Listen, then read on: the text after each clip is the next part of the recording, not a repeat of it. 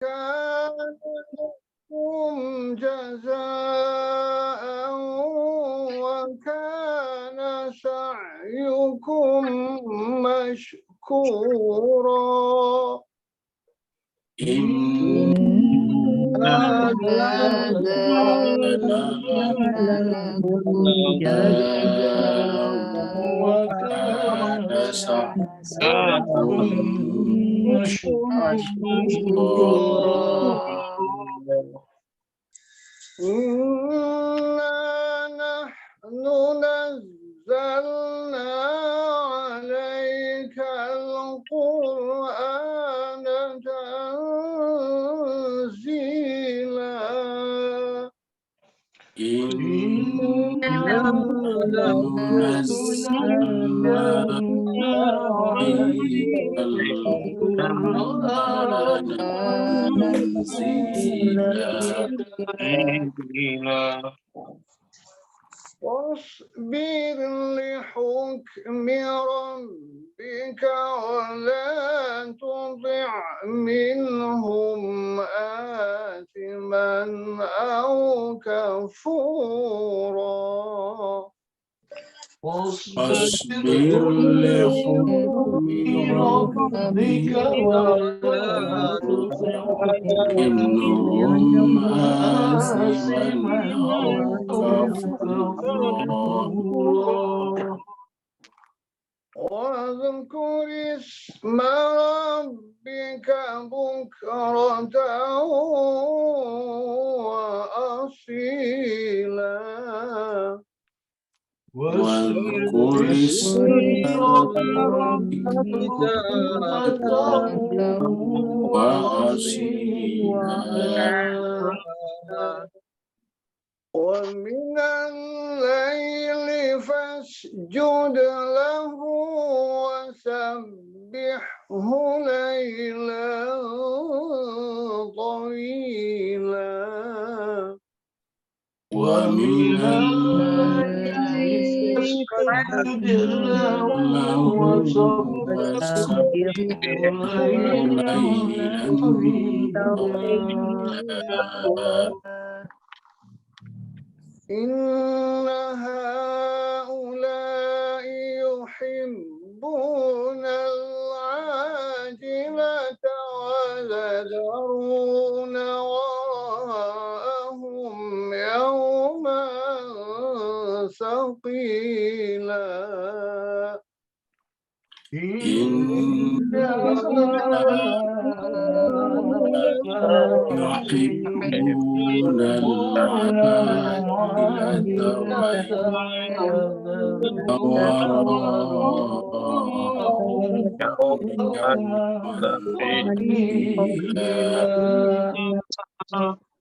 نحن خلقناهم وشددنا أسرهم نحن خلقناهم وشددنا أسرهم وإذا شئنا بدلنا أمثالهم تبديلا وإذا شئنا بدلنا أمثالهم تبديلا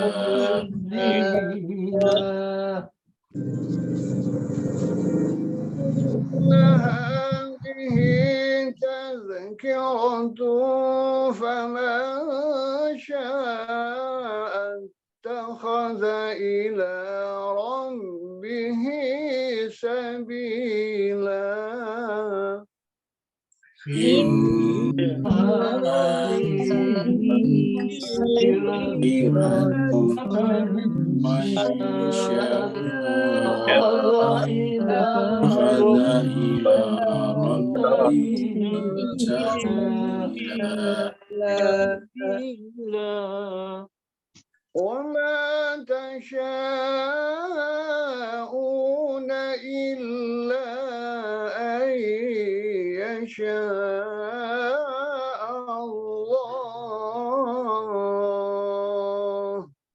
وما تشاءون إلا أن يشاء الله. إن الله كان عليما حكيما. إن الله كان حكيما. يدخل من يشاء في رحمته.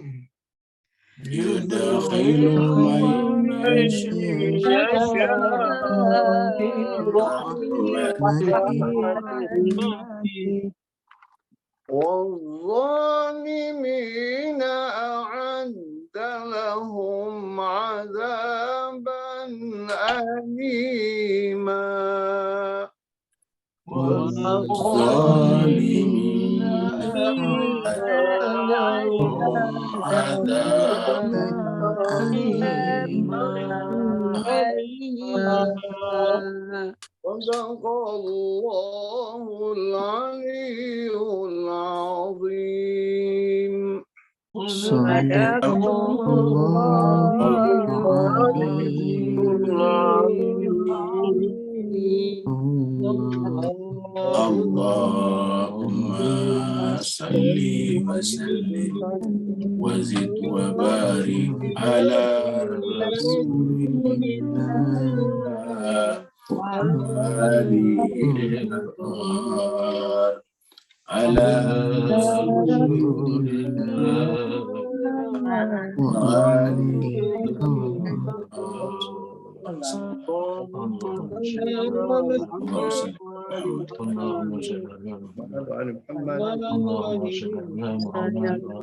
Kita haturkan terima kasih yang setinggi-tingginya kepada Ustazina Ustaz Safi Soleh dari Singapura yang telah membimbing kita, memandu kita membaca lafaz-lafaz ayat-ayat huruf-huruf Al-Quran dari Allah Subhanahu wa Ta'ala.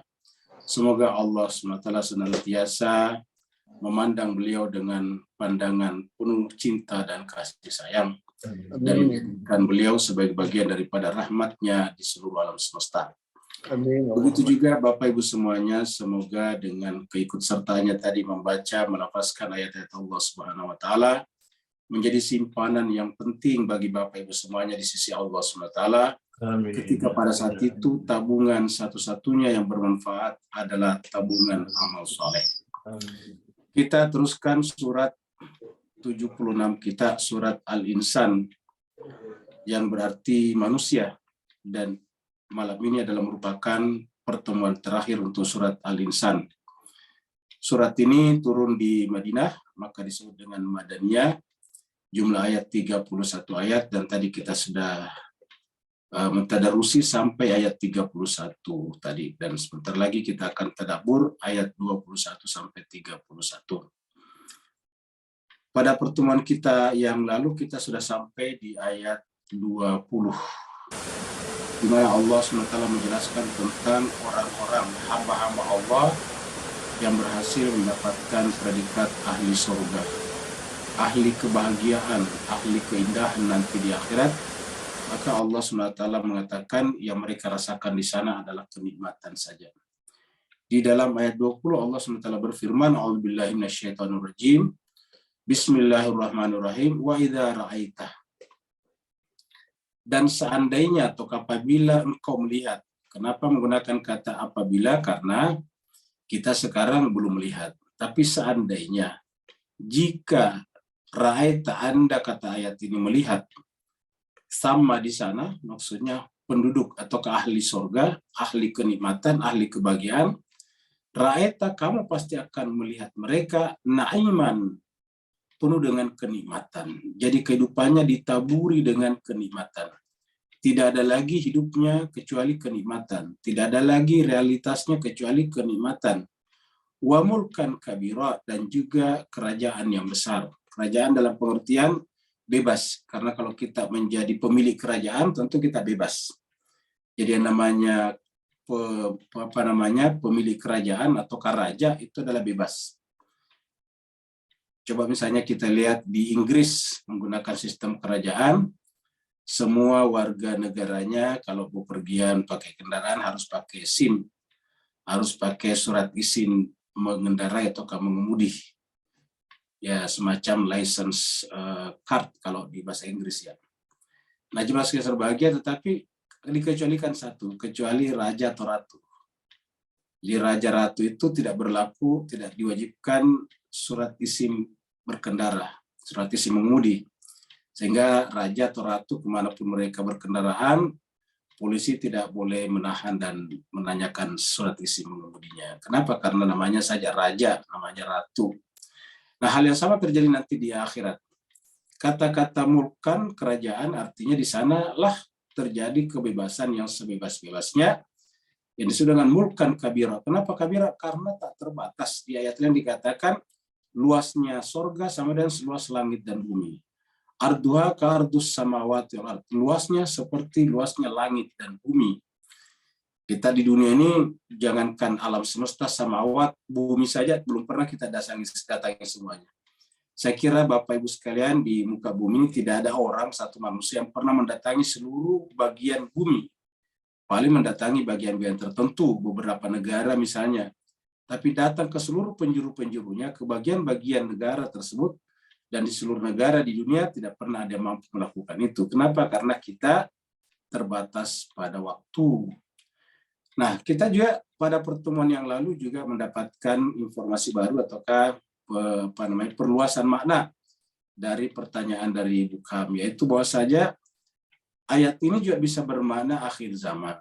Jadi pada zaman akhir zaman, ketika kebenaran menjadi pamungkas, menjadi penutup daripada seluruh aspek kehidupan manusia, yaitu pada saat kerajaan ilahi sudah muncul, ataukah istilah Kristianinya adalah kerajaan surgawi sudah mulai berdiri, maka yang ada di sana adalah keadilan, yang ada di sana adalah kenikmatan, dan itu adalah kerajaan yang paling besar. Apa sebabnya? Karena mencakup seluruh bumi, dan pada saat itu terwujudlah apa yang Allah firmankan di hadapan para malaikat ketika berkata, wa idh qala rabbuka lil malaikati inni ja'ilun fil ardi khalifah. Saya akan menjadikan di muka bumi satu khalifah. Apa namanya khalifah? Satu orang yang bisa berkuasa secara penuh di muka bumi ini, dan penguasaannya tidak ada wilayah, tidak ada negara, tidak ada orang yang tertindas, tidak ada suku bangsa yang dicelah, tidak ada warna kulit yang didiskreditkan, semuanya diberikan tempat yang sama. Inilah yang disebut dengan egalitarianisme yang sesungguhnya. Jadi kalau revolusi Prancis dulu mencita-citakan tiga hal, yaitu egalite, fraternite, dan liberté, maka itu akan terjadi secara sempurna pada zaman mulkan kabira ini berdiri. Apa sebabnya? Karena revolusi Prancis yang jargonnya tadi fraternite, liberté, dan sebagainya itu hanya jargon saja, itu hanyalah tagline saja. Karena pada faktanya Prancis juga menjajah banyak negara. Sekarang kita masuk ayat 21. Ayat 21 menjelaskan ahli sorga. Jadi Bapak Ibu sekalian bisa melihat bajunya ini si ibu-ibu semuanya. Ya, ini adalah kita anggap saja bajunya adalah dari sutra.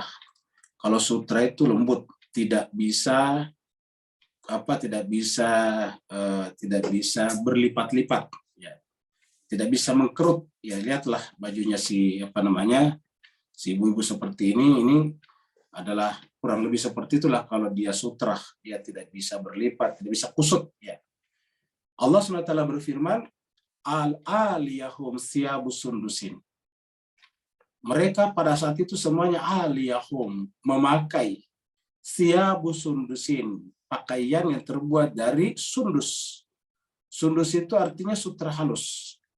Di masyarakat kita ini ada biasa nama orang yang dikasih nama sundus. Sundus itu artinya sutra halus, ya. Jadi aliyahum, pakaian mereka kostum mereka pada saat itu adalah thiyabu sundusin, pakaian yang terbuat dari sutra halus. Khudrun yang berwarna hijau, warna hijau.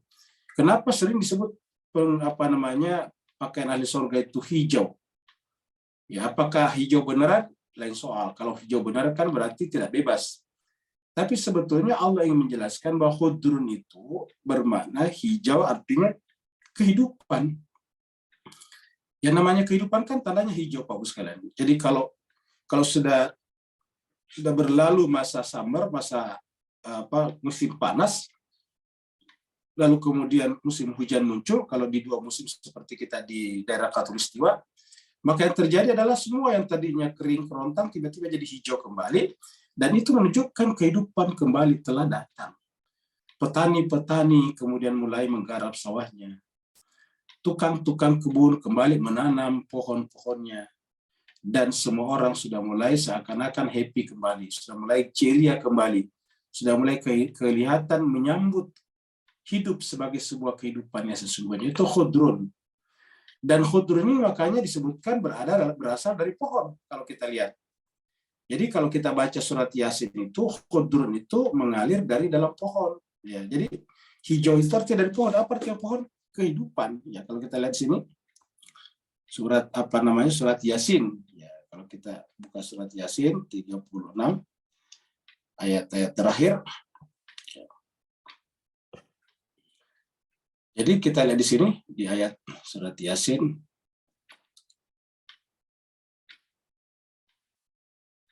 Ya. Ini ada kata-kata ini, ayat 81. Alladzi ja'ala lakum minasyajaril akhdar. Ini akhdar hijau, khudr ini. Jadi ini adalah akhdar dari kata khudr, ya, hijau juga. Jadi ini adalah alladzi, dialah Allah yang ja'ala lakum, menjadikan bagi kalian minasyajar, dari pohon-pohon. Syajar itu pohon-pohon. Al-akhdar, warna hijau. Jadi minasyajaril akhdar, jadi namanya pohon hijau. Tetapi dari pohon hijau bisa muncul nar, api. Jadi kita lihat di sekalian sebahagia. Jadi asyajaril akhdar, aslinya ini adalah asyajar akhdar, ini sifat disifati. Jadi ini adalah pohon yang berwarna hijau. Ya, tapi dari sana bisa muncul api. Ya, kita bicarakan di sini pohon hijaunya. Jadi pohon hijau ini adalah pohon yang menunjukkan tanda kehidupan. Dan kalau ini tidak dipelihara dengan baik, maka di sana bisa muncul api. Kapan api bisa muncul dari pohon yang hijau? Apabila terjadi kekeringan, tidak ada lagi air dari langit, tidak ada wahyu. Ketika tidak ada wahyu yang menyirami kehidupan kita, jiwa kita itu adalah ibarat syajarul akhdar, adalah ibarat pohon yang berwarna hijau. Apabila jiwa kita yang aslinya pusat dan hakikat kehidupan kemudian tidak lagi disirami dengan air dari langit atau wahyu dari langit, sama dengan pohon-pohonan yang tidak disirami air, maka dia akan menjadi kering dan lama-kelamaan akan terbakar. Itulah sebabnya bahwa Bapak Ibu-Ibu sekalian biasa menyaksikan bahwa hutan-hutan di Kalimantan, Sumatera biasanya terbakar pada musim kering, pada musim summer.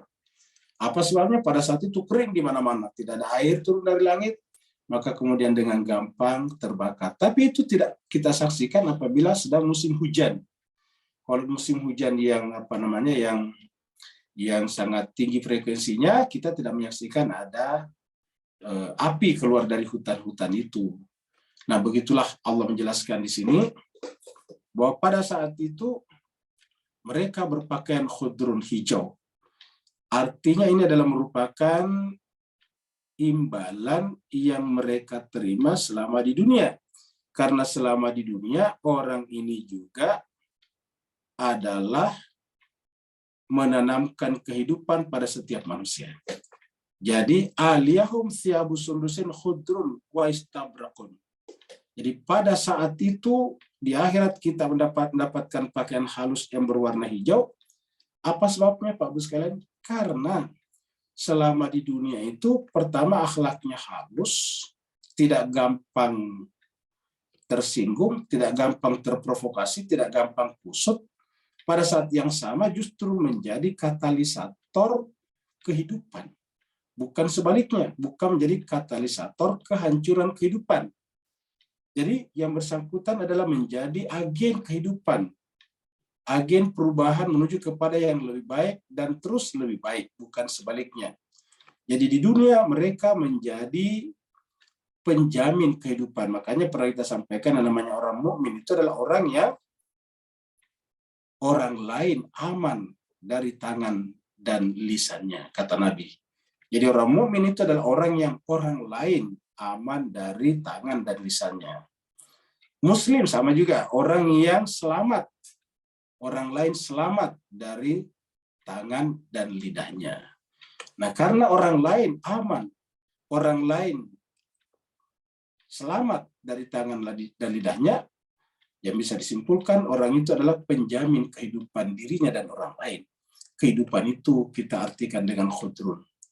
Wa istabrakun, lalu kemudian menggunakan sutra tebal. Sutra halus dan sutra tebal. Kenapa? Karena kalau biasanya di daerah-daerah tertentu, musim dingin atau udaranya dingin, menggunakan jaket yang tebal, juga biasanya terbuat dari sutra kalau dia orang yang berada. Jadi ala aliyahum thiyabu sundusin khudrun wa istabrakun wa hullu asawira min fiddah, dan pada saat itu mereka diberikan perhiasan asawirah, yaitu gelang-gelang min fiddah dari perak. Jadi Bapak Ibu Jemaat sekalian berbahagia, dalam Al-Quran ini jarang kita mendengarkan gelang-gelang dari emas. Ya, ada emas juga, tetapi tidak kaitannya dengan surga. Kalau di surga itu kebanyakan fiddah, yaitu perak. Jadi min fiddah itu dari perak. Apa sebabnya? Kita pernah sampaikan kalau perak itu adalah kuat, kemudian warnanya putih, lebih kepada mengkilap. Nah, sedangkan kalau emas itu kan agak kemerahan, agak kekuningan. Nah, kalau ini adalah lebih kepada arah putih, perak, silver. Jadi wahullu asawira min fiddah. Ya, jadi kita lihat tempat-tempat yang biasanya perlu kekuatan, tetapi perlu juga keindahan, biasanya pakai perak. Ya. Wahullu asawira min fiddah, pada saat itu diberikan perhiasan. Perhiasannya termasuk dalam bentuk gelang-gelang min fiddah dari perak. Wasaqahum rabbuhum, dan Tuhan mereka, Allah Subhanahu wa taala, memberikan minum kepada mereka syaraban tahura. Perhatikan ya sekalian kata-kata syaraban tahura. Minuman yang suci, tahura. Ya. Apa sebabnya? Karena di dunia juga sumber ilmunya, sumber pengetahuannya berasal dari orang-orang suci. Dan ini yang dibicarakan kaitannya dengan surat Al-Ahzab ayat 33.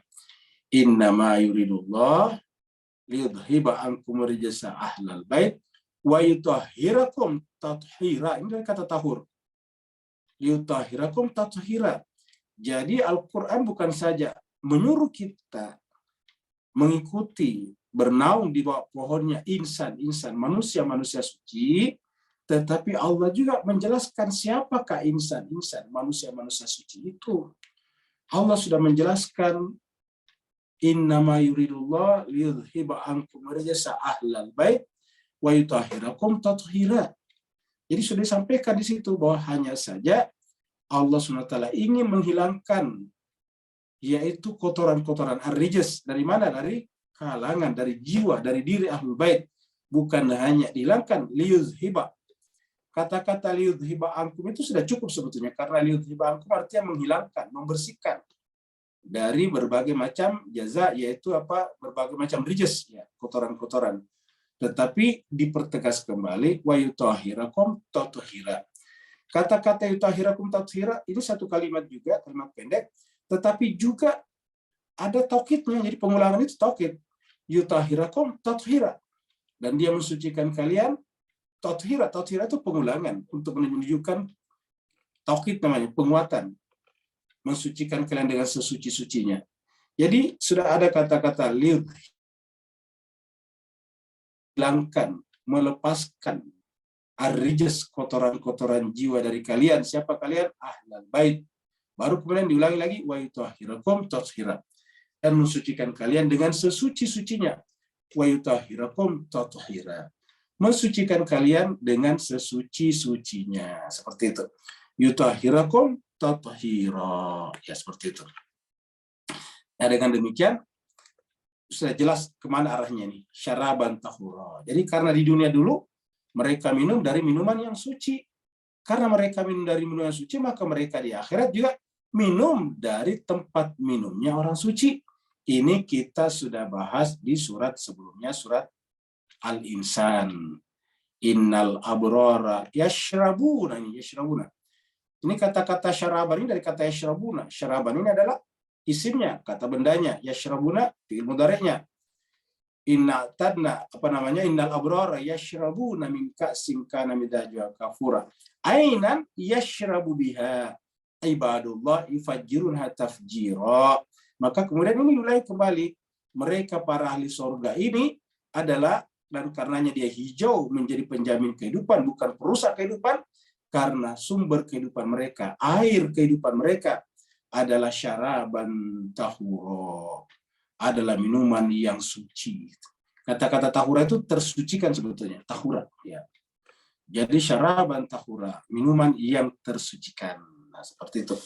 Nah, jemaah sekalian, terlepas apapun, itulah sebabnya di masyarakat kita, beberapa wilayah di dunia termasuk Asia Tenggara ini, biasanya ulama-ulamanya, kiainya atau tuan gurunya, biasa menggunakan selendang atau sal berwarna hijau, karena dari sini.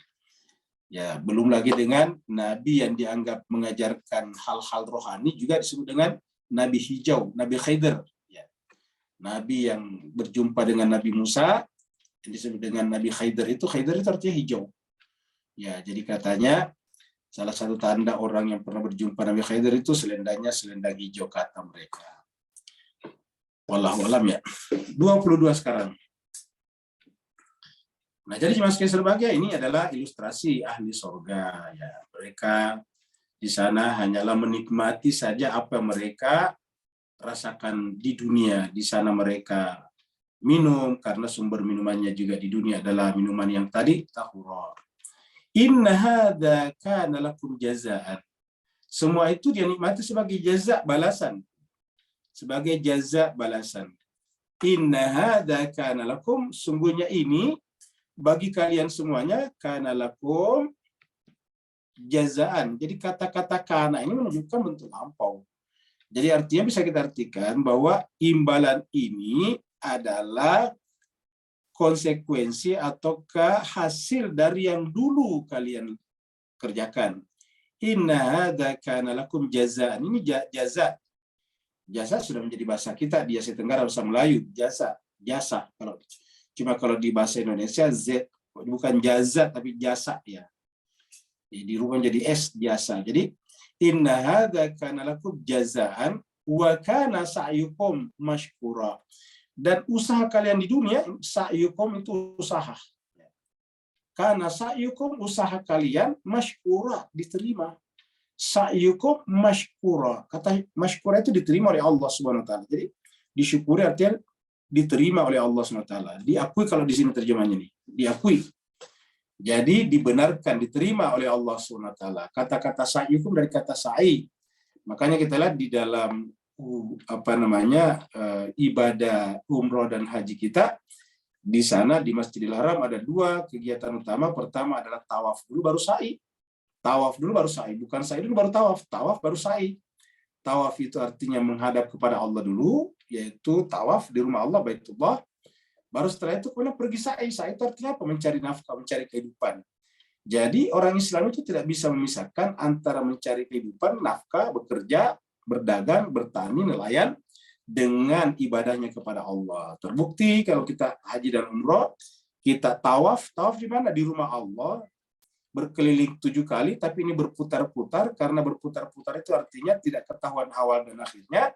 Berputar-putar itu artinya kita bersama dengan Allah, sedangkan sa'i itu ada ujungnya, ada pangkalnya, ada awal akhirnya, ada safa marwanya, safa marwa, marwa safa, safa marwa, begitu sampai kemudian 7 kali mondar-mandir. Nah, jadi 7 kali berputar-putar berbentuk lingkaran, 1 mondar-mandir berbentuk garis lurus. Nah, artinya apa jemaah sekalian? Artinya bahwa gerakan umat Islam, gerakan manusia itu sebetulnya cuma dua, gerakan melingkar ke atas dan gerakan horizontal ke samping sesamanya manusia. Dan manusia, orang Islam, konsepnya adalah menyelamatkan kehidupan di muka bumi ini, entah kehidupan manusia, juga kehidupan alam, itu adalah kewajiban kita kepada Allah Subhanahu wa taala. Orang yang tawaf tidak dianggap tawafnya sempurna kalau belum sa'i. Jadi harus tawaf dulu baru sa'i, dan bukti kalau dia tawaf dia harusnya setelah itu sa'i. Jadi kalau ada orang yang mengaku menyembah kepada Allah tapi tidak bertanggung jawab pada kehidupan pribadi dan keluarganya, ya sebetulnya tidak sempurna Islamnya. Kenapa? Karena Islam itu adalah kesatuan antara tawaf dan sa'i. Wa kana sa'yukum mashkura. Sa'yukum mashkura, diterima, usaha kalian diterima.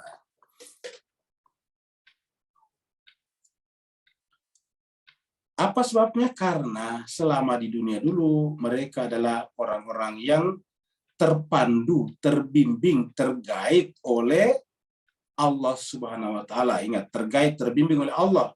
Melalui apa? Melalui kitab suci Al-Qur'an. Jadi melalui kitab suci Al-Qur'an.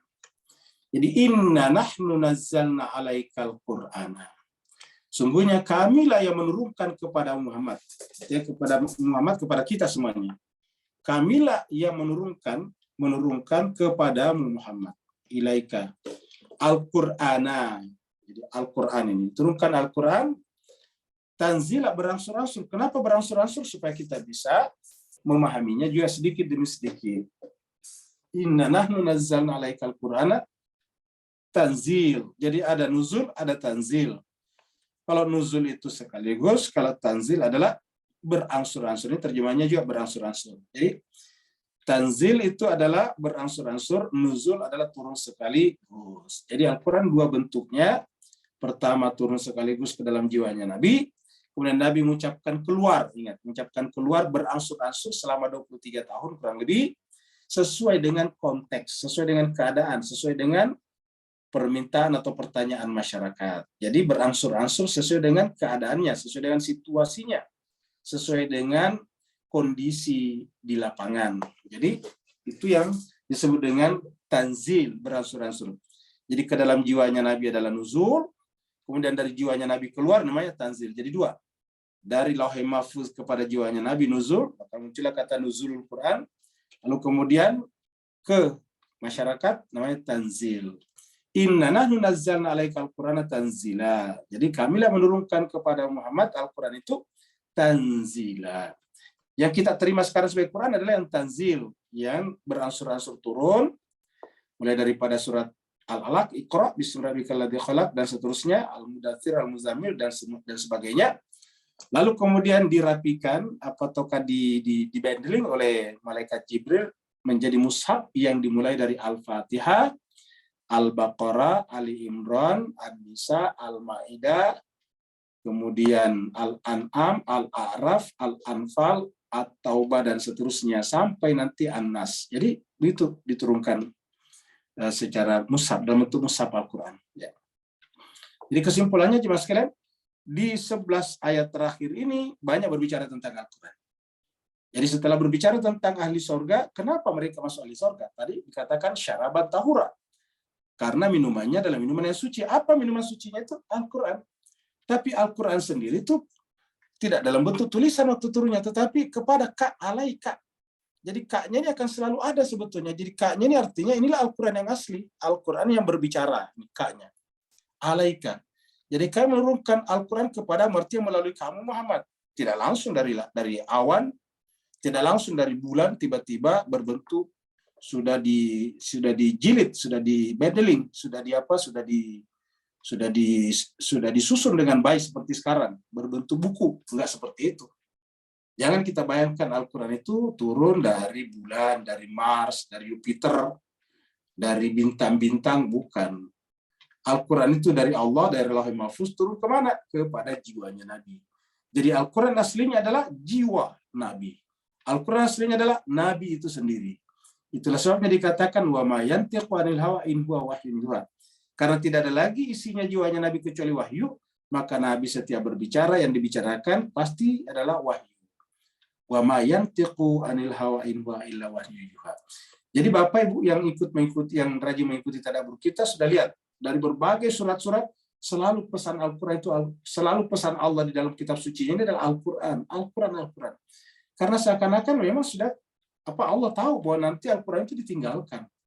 Al-Qur'an umat Islam itu hanya menjadikan Al-Qur'an itu sebagai bacaan sampingan kapan sekali setahun. Kalau bulan Ramadan. Itu ya nanti kalau bulan Ramadan bukan ditadaburi, cuma mengejar tamat. Ada semacam kebanggaan egoistik apabila telah mengkhatamkan Al-Quran minimal 1 kali dalam bulan Ramadan. Iya. Bahwa penting kita mengkhatamkan Al-Quran, iya. Tetapi yang paling penting Al-Quran itu adalah hudan, petunjuk. Kapan Al-Quran bisa jadi petunjuk? Ya apabila kita ngerti isinya, apabila kita paham isinya. Coba Bapak Ibu diberikan peta, misalnya pergi ke kota yang tidak pernah Bapak Ibu datangi. Terus dikasih peta saja, dikasih map. Lalu kemudian tidak ngerti mapnya, tidak bisa baca map. Ya, bisa nggak bermanfaat itu hanya kita hafal saja bahwa ini namanya map, kan begitu. Ini mapnya Jakarta, ini mapnya Surabaya, ini mapnya Singapura, ini mapnya Kuala Lumpur. Ya, tapi kalau kita tidak paham, ya tidak bisa menggunakan dengan baik. Nah, begitu sekarang Al-Quran. Al-Quran dibaca, dihafal, ditadarusi, bahkan di Ramadan ada yang tamat sampai 3 kali per 10 hari tamat satu Al-Quran. Tetapi hanya sebatas tadarus saja. Sehingga apa yang terjadi, mohon maaf, tadarusnya hanya menimbulkan semacam kebanggaan pribadi, ujub namanya, takjub pada dirinya sendiri. Akhirnya apa yang terjadi? Ya, alih-alih Al-Quran menjadi pencerah, menjadi penerang, menjadi cahaya, justru Al-Quran hanya menjadi hijab baginya. Hijabnya, kenapa?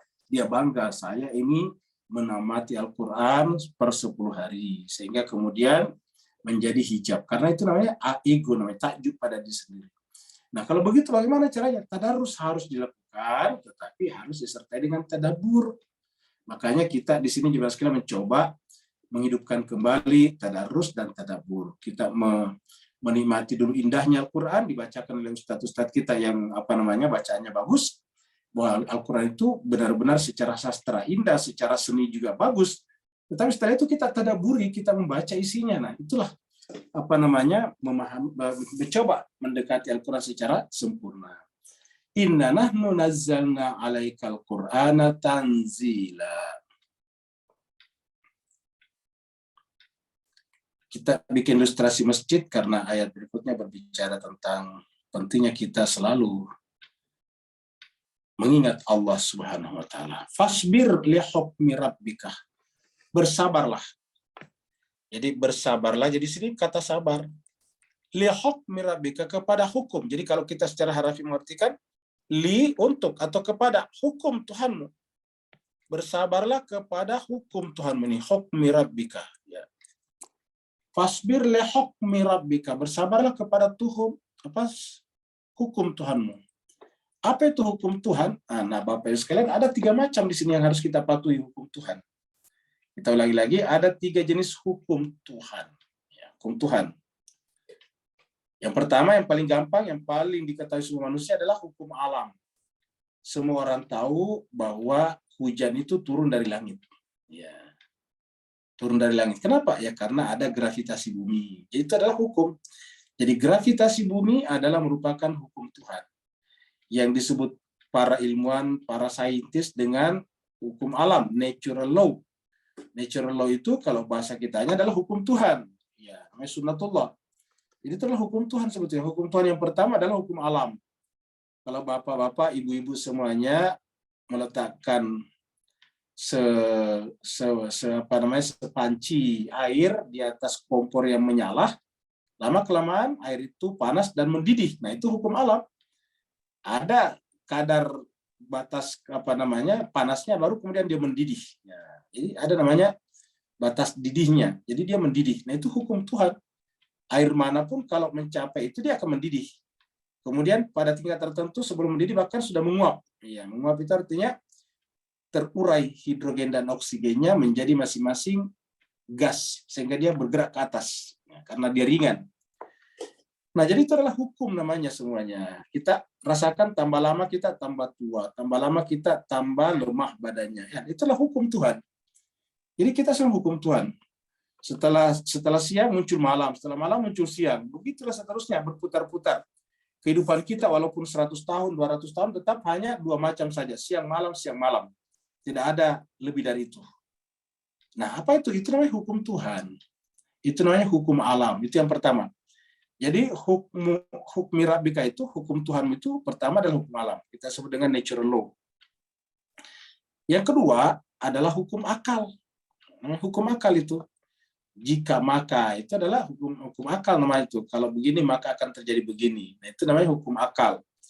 Apa namanya? Akal kita bergerak dari yang sudah diketahui menuju kepada yang belum diketahui. Itu hukum akal itu. Selalu bergerak akal kita itu dari yang sudah diketahui menuju kepada yang belum diketahui. Nah, itu adalah hukum akal. Terus kemudian selalu akal kita itu membangun kalimat-kalimat yang benar, namanya proposition. Nah, itu adalah hukum-hukum akal semuanya. Kemudian hukum akal membuat namanya premis, mayor, minor, baru bikin kesimpulan. Itu semuanya hukum akal. Jadi ada namanya hukum akal, logika, mantik. Jadi ada hukum alam, ada hukum akal. Yang terakhir adalah hukum syariat, hukum Tuhan. Ya, Allah itu adalah syari. Allah memberikan kepada kita kewajiban sholat, puasa, zakat, haji, umroh, dan sebagainya. Itu adalah hukum-hukum dari Allah Subhanahu wa taala. Allah menyuruh kita sujud kepada Adam, itu adalah termasuk hukum Allah, itu termasuk hukum syariat sebetulnya. Kita artikan syariat di sini dalam bentuk yang lebih luas. Syariat adalah hukum yang Allah berikan kepada kita melalui Rasul. Kalau yang namanya hukum alam kan tidak melalui Rasul, ya melalui alam. Yang namanya hukum akal tadi tidak melalui Rasul, melalui akal kita masing-masing. Ya begitu. Yang dibawa oleh Rasul itu kita sebut dengan syariat. Ya, dalam pengertian yang luas. Suruh sujud kepada Adam misalnya, iblis, nah itu adalah hukum syariat. Kita disuruh sholat 5 waktu, itu adalah hukum syariat. Kita disuruh berpuasa Ramadan, itu hukum syariat. Kita disuruh berhaji ke Baitullah sekali seumur hidup kita yang wajib. Semuanya itu tidak mungkin ditemukan oleh akal dan tidak ada dalam hukum alam. Ya. Hukum alam tidak menggiring kita secara otomatis pergi ke Baitullah. Hukum alam tidak menggiring kita secara otomatis untuk sholat. Nah, salat, puasa, zakat, haji, dan sebagainya, itu kita dapatkan dari syariat. Nah, seorang manusia akan menjadi sempurna kemanusiaannya kalau memenuhi 3 hukum itu. Hukum alam, jadi alam tidak boleh kita rusak, karena hukum alam, hukum Allah juga hakikatnya. Yang kedua, akal juga tidak boleh kita rusak akal kita. Makanya kita dilarang minum minuman keras. Karena kalau minum minuman keras, merusak akal pikiran kita. Dilarang kita misalnya berjudi, karena berjudi itu merusak akal pikiran kita. Semua amalan perbuatan yang merusak akal pikiran kita dilarang oleh agama. Karena itu termasuk salah satu tujuan daripada syariat. Jadi, tujuan syariat itu diantaranya adalah menjaga akal pikiran kita. Ya, namanya maqasidus syariah, mim maqasidis syariah. Itu termasuk daripada tujuan syariat datang. Nah, jadi kita disuruh menjaga akal pikiran kita, sebagaimana menjaga alam, menjaga akal, dan terakhir menjaga syariat. Nah, jadi jemaah sekalian, kalau umat Islam sempurna memahami 3 hukum ini luar biasa. Dia akan menjadi leader bagi seluruh umat manusia, sebagaimana Allah mengatakan, kuntum khaira ummatin ukhrijat linnasi. Kalau kita paham itu, ya. Cuma sayangnya umat Islam hanya sedikit memahami hukum alam, sedikit memahami hukum Allah, akal, bahkan banyak melanggar hukum akalnya, banyak yang membuat kerusakan di muka bumi atas nama agama. Kan menjadi keliru. Karena ini satu kesatuan. Makanya di dalam menjalankan dan memahami, mendalami 3 hukum ini perlu kesabaran. Fasbir li hukmi rabbika, bersabarlah atas hukum-hukum Tuhanmu. Ya. Wala tuti' minhum athiman au kafura. Di dalam 3 unsur tadi itu jangan pernah mengikuti larangan. La tuti', jangan kau mentaati, mengikuti dari kalangan mereka, yaitu orang-orang yang kerjanya asiman, berbuat dosa. Au kafur, atau ingkar. Karena asiman itu pasti perbuatan dosa merusak akal pikiran, merusak kemanusiaan. Kemudian kafura, merusak jiwa kita. Sehingga jiwa kita tertutup untuk menyaksikan kebesarannya, untuk hadirnya dia di dalam mahligai jiwa kita. Jadi wala tuti' minhum athiman aw kafura. Kalau kita dilarang mengikuti athiman aw kafura, menjadi jelas ayat sebelumnya. syaraban tahura itu berarti manusia suci. Ingat tadi ahli sorga. Minumannya apa? Syaraban tahura. Nah, syaraban tahura itu artinya apa? Mereka di dunia mengikuti ayat wa yutahhirakum tathira. Sebaliknya selain itu dia berdosa juga, dia kufur juga. Nah, kalau kita sendiri sudah pendosa, kita juga sudah kufur, terus ikut lagi pada pendosa, tambah besarlah, tambah teballah dosa kita itu, tambah ibaratnya kita sendiri sudah gelap, masuk lagi ke dalam terowongan yang gelap, ya tambah gelaplah. Harusnya kalau kita ini gelap, kita harus mencari cahaya. Kalau kita ini kotor, kita mencari manusia suci. Kalau kita kotor, kan mencari sabun, mencari air. Coba kalau kita kotor, yang kita cari adalah air. Untuk apa? Membersihkan kotor kita. Tapi kalau kita sudah kotor, tapi yang kita cari adalah lumpur yang kotor juga, ya tidak bisa kita bersih. Nah, begitulah juga kita ini manusia yang setiap saat berbuat dosa, setiap saat berbuat kufur, maka yang kita cari adalah yutahhirakum tathira, sehingga nanti di akhirat syaraban tahura. Wadhkur isma rabbika bukratan wa asila. Oleh sebab itulah, carilah orang seperti itu. Dan setelah menemukannya, wadhkur isma rabbika. Sebutlah dia, ikutilah dia. Isma rabbik. Siapa itu isma rabbik? Isma rabbik di sini adalah manusia suci sebetulnya. Nama Tuhan itu kan berarti bukan Tuhan. Isma rabbik. Inilah bismi rabbik. Untuk sampai ke sini melalui bismi rabbik. Iqra bismi rabbikal ladzi khalaq. Ini ayat pertama turun. Iqra bismi rabbik. Dalam Al-Quran dikatakan walillahil asma. Asma itu bentuk jamak dari ism. Walillahil asmaul husna fada'uhu biha. Allah itu memiliki apa? Asmaul husna fada'uhu biha. Maka serulah, panggillah, berdoalah kepada Allah melalui biha. Dia siapa? Nama tersebut. Jadi kita tidak bisa langsung kepada Allah tanpa melalui nama tersebut. Nah, jemaah sekalian, supaya kita tidak terjatuh ke dalam lembah perbuatan dosa terus-menerus dan kekufuran, maka kita harus menemukan ismu rabbika, baru kita selalu sebut bersama dengannya. Wadhkur isma rabbika bukratan wa asila. Pagi dan petang. Pagi dan petang. Apa artinya pagi dan petang? Pagi dan petang ya pagi dan petang secara zahir, secara lahiriah. Tapi secara maknawi, bukratan itu bisa bermakna pada saat cahaya mulai muncul, wasilah petang, dan pada saat malam akan datang. Jadi ketika cahaya itu akan pergi, petang, kita tetap harus berzikir menyebut nama Allah. Ya, karena ada waktu pagi dan ada waktu petang. Waktu pagi itu ketika mereka hadir secara fisik di tengah-tengah umat manusia, dan kemudian petang ketika dia tidak hadir secara fisik di tengah-tengah umat manusia. Jadi wadhkur isma rabbika bukratan wa asila. Maka sebutlah, berzikirlah dengan menyebut nama Tuhanmu waktu pagi dan petang. Pagi dan petang juga bisa bermakna lebih dalam lagi, yaitu setiap saat, anytime. Itu hanya menunjukkan pagi dan petang. Seperti misalnya kita biasanya saya belajar siang malam, maksudnya siang malam itu terus-menerus ya. Kemudian kita disuruh di malam-malam hari untuk sujud. Jadi sujud yang dibicarakan. Kenapa? Karena awal daripada perbuatan dosa itu ketika tidak sujud ya. Wa minal laili, dan di sebagian malam. Minal laili. Sebagian malam. Fasjud, maka bersujudlah. Ya, dia tidak katakan salat, tetapi sujudlah. Jadi ini artinya apa, jemaah sekalian? Kita butuh sujud pada saat malam hari. Secara lahiriah, zahir, ya malam beneran. Sujud ya berarti salat, sujud. Tetapi secara maknawi lebih dalam lagi. Ketika sedang tidak ada matahari, ketika sedang gaib, ketika sedang tidak ada bersama secara fisik manusia, namanya waktu malam, maka fasjud. Ya, tetaplah bersujud. Kepada siapa? Kepadanya. Kepada yang pergi di malam hari itu, yang sedang gaib itu. Wa minal laili fasjud lahu, bersujudlah kepadanya. Karena itu perintah Allah, bersujud kepada manusia suci. Sebagaimana Allah mendeklarasikan, wa idh qulna lil malaikati isjudu li adama fasajadu illa iblis. Maka kita harus bersujud, fasajadu, kita harus bersujud.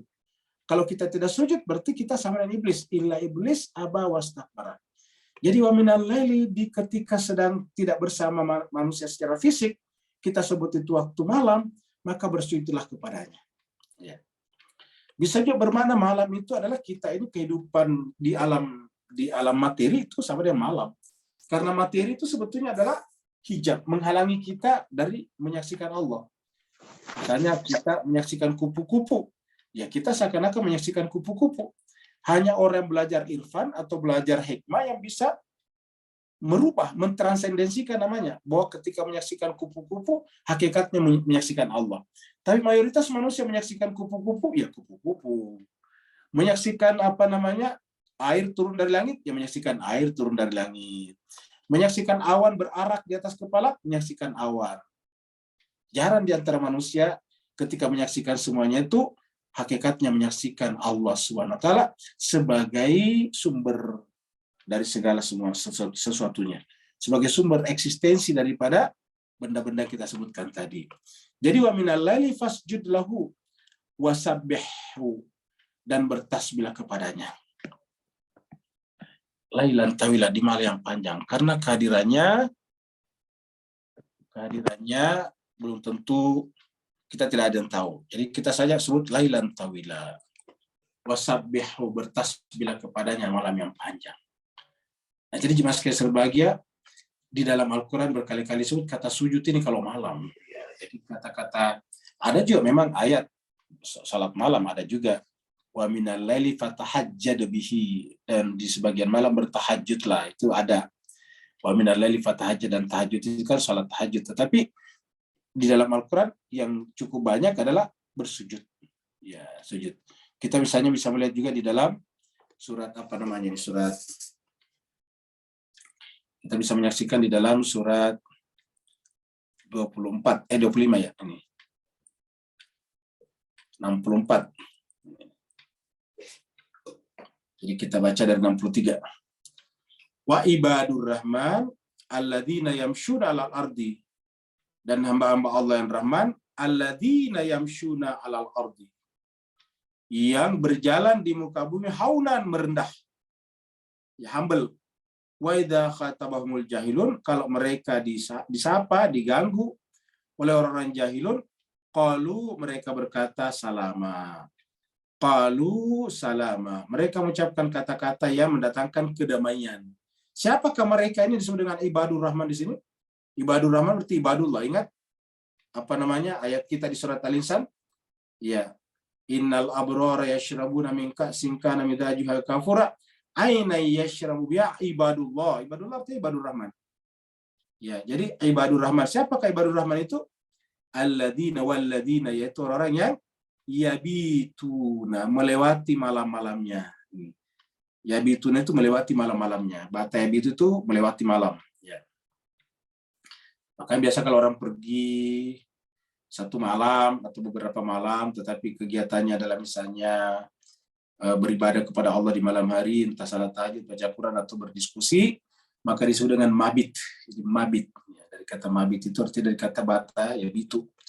Walladzina yabituna, dan orang-orang yang yabituna, melewati malam-malamnya, li rabbihim, menghadap kepada Tuhannya, sujada. Ini sujud dulu disebutkan, dalam keadaan sujud, wa qiyama, dan dalam keadaan berdiri. Jadi sujud dulu. Salat itu kan aslinya berdiri dulu. Jadi ini pasti sujud yang dibicarakan di sini, artinya penekanannya pada sujud. Sujud itu seperti kata Allah kepada seluruh penghuni alam malakut. Wa idh qulna lil malaikati isjudu li Adama. Jadi ketika kita sujud, ada yang disujudi, dan yang disujudi bukan Allah. Tetapi sujud kepada makhluk, insan, yang Allah perintahkan, hakikatnya sujud kepada Allah. Tapi ingat, kalau kita sujud kepada insan, manusia, yang Allah tidak perintahkan sujud kepadanya, berarti kita musyrik, namanya syirik. Ingat, syirik namanya. Kalau kita berputar-putar di Ka'bah, dan Ka'bah itu adalah bukan perintah Allah, maka itu adalah syirik. Jadi kalau kita berputar-putar di situ, dan itu bukan perintah Allah, syirik namanya. Jadi menjadi tidak syirik apabila perintah Allah. Misalnya kita sungkem, kita mencium kaki ibu kita. Nah itu tidak syirik. Kenapa? Allah menyuruh kita memuliakan orang tua kita, terutama ibu kita. Itu bukan syirik namanya. Ya. Kita mencium tangan ayah kita, orang tua kita. Ya bukan syirik namanya. Kenapa? Karena itu adalah perintah Allah memuliakan mereka. Jadi mencium mereka punya tangan atau kakinya adalah bukti kita memuliakan. Persis seperti kita ke Baitullah mencium Hajar Aswad itu bukan syirik. Kenapa? Karena perintah Allah ataukah contoh dari Rasul. Namanya memuliakan. Seperti itu. Jadi kalau terkait dengan perintah itu bukan syirik namanya. Kita sujud di lantai. Karena kita sholat. Sholat kan harus sujud di lantai. Apakah itu syirik? Ya bukan. Kenapa? Karena itu perintah Allah untuk sembahyang sholat. Dan niat kita bukan mempertuhan lantai. Bukan mempertuhan tadi ibu atau orang tua kita. Jadi, kita melakukan kata sujud itu adalah memuliakan. Jadi, walladzina yabituna lirabbi sujjadan wa qiyamah. Jadi, sini dia sebutkan. Sujud. Ya, wa minal laili fasjud lahu wasabbihu lailan tawila. Di malam yang panjang. Nah, jemaah sekalian berbahagia, kita harus menghidupkan kembali cara-cara seperti ini. Apalagi di dunia modern sekarang, di mana kalau siang hari itu kita sibuk sekali, maka kita butuh waktu-waktu tertentu di malam hari untuk coba wa minal laili fasjud lahu wasabbihu lailan tawila, dan bertasbihlah kepadanya di malam-malam yang panjang. Tentu malam yang panjang tadi juga dikatakan seperti itu. Kalau kita membaca doa faraj itu ada di belakangnya juga, Allahumma qul li walikal hajjati ibnil Hasan salawatuka alaihi wa ala abai fi hadis sa'a fi kulli sa'a waliyan muhafidha qaidan nasira dalilan hatta tuskinahu ardaka tawa wa tumatti'ahu fiha tawila. Kemudian sekarang 27. Nah, pertanyaannya ialah apa yang membuat manusia sangat sedikit yang mau menghabiskan hidupnya untuk bermuwajahah dengan Khaliknya melalui ibadah-ibadah mahdah dan bukan mahdah, mahdah dan gairu mahdah, siang ataupun malam, pagi ataupun petang hari. Apa yang menghalanginya? Padahal itu adalah keindahan yang paling sempurna. Itu adalah kebahagiaan yang paling sejati.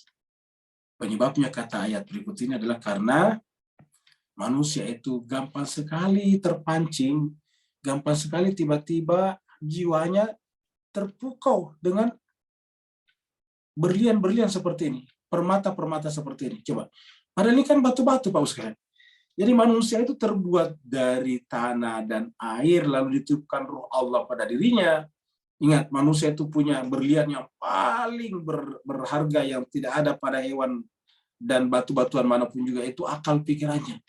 Tapi tiba-tiba manusia banyak yang menyembah berlian. Coba bayangkan. Banyak menyembah batu-batu seperti ini. Demi mencari segumpal berlian, maka kemudian dia melupakan Tuhannya. Dia melakukan perbuatan seperti korupsi, mencuri uang orang lain, menggunakan cara-cara yang tidak benar, bahkan melupakan Tuhannya, tidak mengaji lagi, tidak salat pula, semuanya untuk mendapatkan ini. Dan kalau ketika menyaksikan ini, tiba-tiba jiwanya merasa bahagia sekali. Jadi kebahagiaannya bukan terletak pada Tuhannya, tapi pada benda-benda seperti ini. Mereka benda mati, Pak. Ini jenis batu-batuan ini. Ya, jenis batu-batuan. Jadi secara batu sebagai batu, ini tidak ada bedanya dengan batu kerikil. Lalu apa bedanya? Bedanya tingkat kelangkaannya. Ya. Jadi tingkat kelangkaannya saja, karena dia langka menjadi mahal. Coba kalau semua batu-batu menjadi berlian, ya nggak mahal lah berlian itu. Ya. Jadi yang membuat berlian mahal itu karena kelangkaannya. Ya.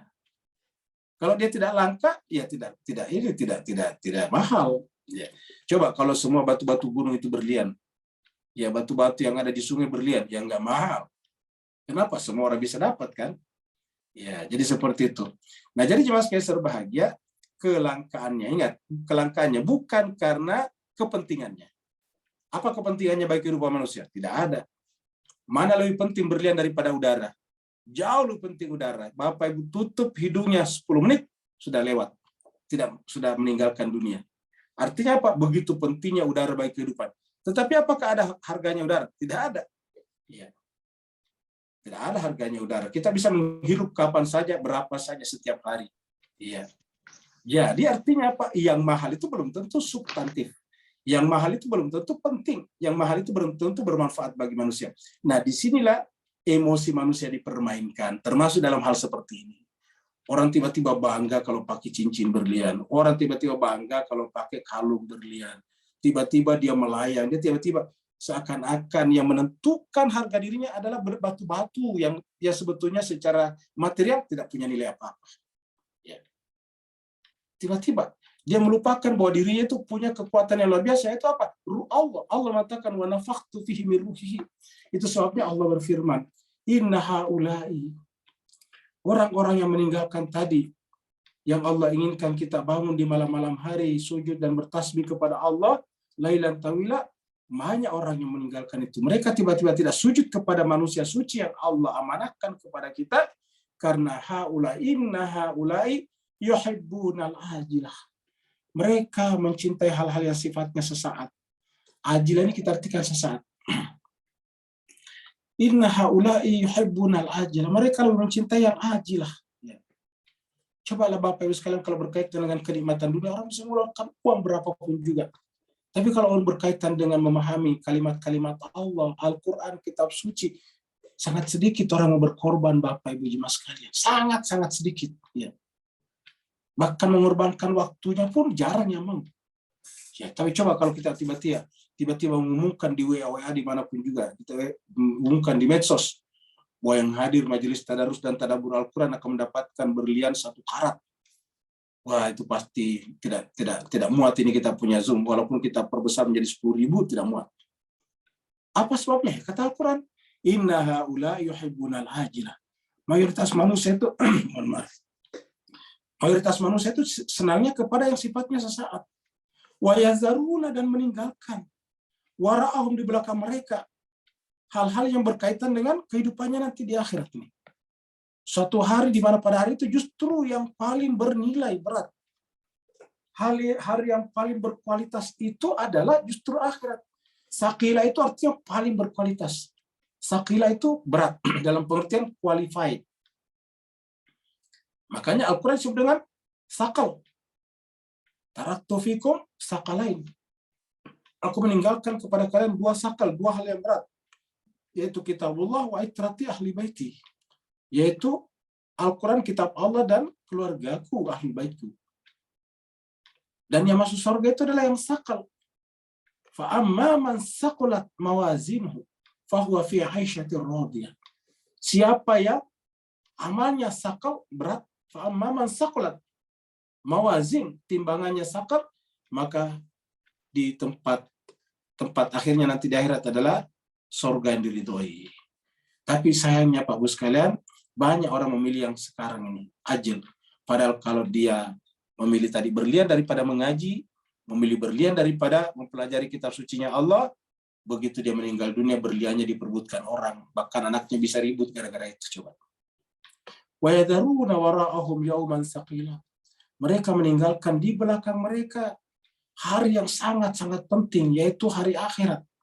Yauman saqila. Itulah hari yang sangat penting. Bisa juga bermakna hari itu adalah menjelang akhir zaman. Ketika nanti datangnya orang yang kepadanya kita diperintah sujud tadi. Bahkan mereka lupa jemaah sekalian tentang kelahirannya. Banyak di antara kita ketika hari kelahiran kita tiba justru hanya membesarkan ego kita. Ya, ingat, banyak di antara manusia yang hari kelahirannya itu bukan harusnya disyukuri.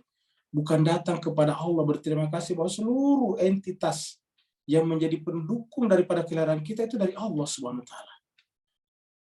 Apakah kita dilarang untuk memperingati ulang tahun kita? Tentu tidak, tetapi harusnya dibawa untuk bersyukur kepada Allah Subhanahu wa taala. Harusnya kita berbagi kepada sesama. Bukan sebaliknya, bukan meminta-minta orang untuk berbagi kepada kita, terbalik. Banyak orang kalau ulang tahun minta orang untuk berbagi kepada dia, terbalik Pak sekalian. Kalau kita ulang tahun, kita berbagi kepada orang sebagai bentuk syukur kita kepada Allah SWT. Karena apa yang kita bagi kepada orang tidak ada apa-apanya dibanding dengan kelahiran kita sebagai manusia. Ulangi lagi, kelahiran kita sebagai manusia.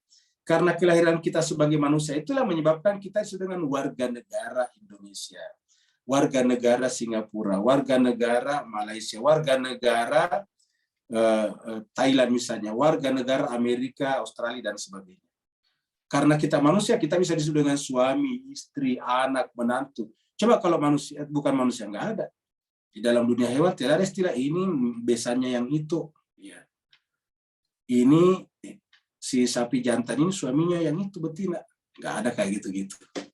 Bahkan dengan kita manusia, kita bisa sekolah, berpendidikan. Kita bisa menciptakan alat-alat teknologi yang menyebabkan kita bisa berkomunikasi jarak jauh satu sama lain. Kita bisa bikin pesawat yang kita bisa membawa kita dengan kecepatan yang sangat tinggi. Jadi oleh sebab itu jemaah sekalian, harusnya kita memperingati mensyukuri kelahiran kita. Ya, bukan sebaliknya, justru menunggu orang mengucapkan selamat. Kalau orang tidak mengucapkan selamat, kita tersinggung. Itu si anu kok tidak mengucapkan selamat kepada saya? Apakah benar ini kira-kira hati kita, Bapak sekalian, kalau begitu jiwa kita? Ya. Berarti kan kita pengen orang lain mengapresiasi kita. Harusnya ingat, agama mengajarkan kita mengapresiasi orang lain. Apa bedanya dengan orang yang pengen puasanya dihargai? Bapak, ibu-ibu, kalau makan jangan di sini, tolong hargailah saya berpuasa. Itu terbalik. Harusnya orang berpuasa itu orang beribadah menghargai orang lain. Karena berpuasa artinya menyerap sifat-sifat Allah ke dalam dirinya, menyerap asma-asma Allah ke dalam dirinya, menyerap akhlak Allah menjadilah akhlaqullah, akhlaqul karimah. Bukan minta-minta orang menghargai dirinya. Inilah jemaah sekalian yang harus kita perbaiki dalam kehidupan kita. Berbicara tentang happy birthday ini, jemaah sekalian berbahagia, ada sahabat kita, ada jemaah tetap kita di sini yang memperingati ulang tahunnya hari ini. Makanya insya Allah sebentar, Bapak Ibu sekalian, di akhir acara kita akan ada yang disebut dengan cabutan bertua. Jadi kita akan ada cabutan bertua sebentar. Jadi ibu bandar kita nanti akan muncul mengundi siapa di antara kita yang beruntung dapat